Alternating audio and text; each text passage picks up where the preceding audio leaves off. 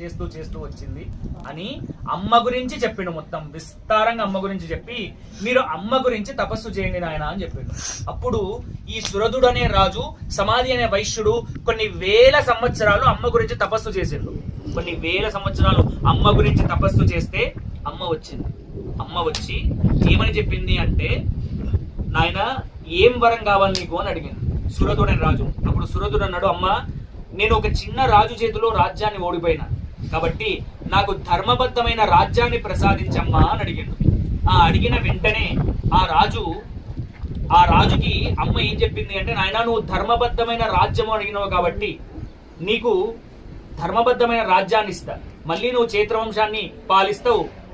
దాని తర్వాత ఈ శరీరం వదిలిపెట్టిన తర్వాత 8వ మన్వంతరంగా సావర్ణి అనే మన్వంతరంగా నువ్వు రూపాంతరం చెందుతావు నాయన అని చెప్పింది. ఈ సావర్ణి అనే మన్వంతరం ఎవరు అంటే ఈ సురధు